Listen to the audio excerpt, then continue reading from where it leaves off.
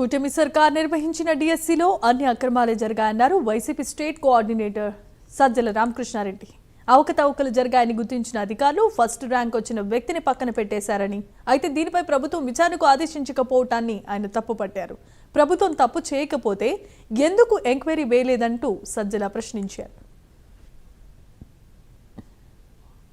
ఏ పరీక్షలు జరిగినా సిస్టంలో ఉన్న లోపం వల్ల అది నిర్వహించాల్సిన వ్యక్తులు లేదా ఉద్యోగులు అధికారుల వాళ్ళ అలక్ష్యం వల్లనో లేదా కావాలని చేసిన అవినీతికి పాల్పడి చేసిన దానిలో పేపర్ లీకులు జరుగుతుంటాయి, నిర్వహణలో లోపాలు ఉంటాయి, ట్యాబులేషన్లో లోపాలు ఉంటాయి, ఇంటర్వ్యూల్లో లోపాలు ఉంటాయి. అవి బయటకు వస్తుంటాయి, వాటి మీద ఎంక్వైరీ చేస్తుంటారు, దానికి బాధ్యులైన వాళ్ళని శిక్షిస్తుంటారు.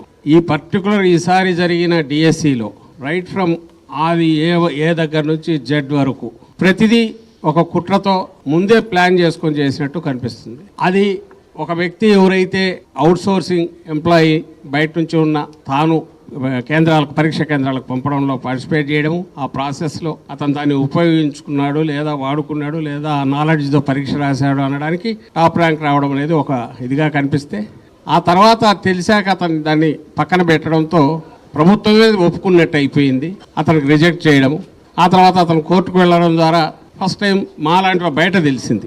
అయినా కూడా దాన్ని రెక్టిఫై చేసే ప్రయత్నం చేయకపోగా, దాన్ని సరిదిద్దే ప్రయత్నం చేయకపోగా, నువ్వు కన్నా కల్పరేట్ కాకపోతే, ఆ కాన్స్పిరసీలో పార్ట్ కాకపోతే ఇమ్మీడియట్ ఎడ్యుకేషన్ మినిస్టర్ బయటకు వచ్చి ఏదో తప్పు జరిగింటే ఇది ఇమ్మీడియట్ ట్రాన్స్పరెంట్గా మేము ఎంక్వైరీ వేస్తున్నాం, దీంట్లోంచి బయటకు వచ్చిన వాళ్ళు ఎవరున్నా సరే ఎంత వాళ్ళైనా సరే వాళ్ళను చట్టం ముందు నిలబెడతాం, శిక్షిస్తాం, మళ్ళీ న్యాయం చేస్తాం అని చెప్పాల్సిన వాడు తెరమరుగు అయిపోయి అంతా బాగా జరిగింది అని చెప్పే ప్రయత్నం చేయడం ద్వారా, చెప్పించే ప్రయత్నం చేయడం ద్వారా అధికారులతో మరోసారి ఎస్ ఇక్కడ ఏదో జరిగింది అని అనుమానం వచ్చింది.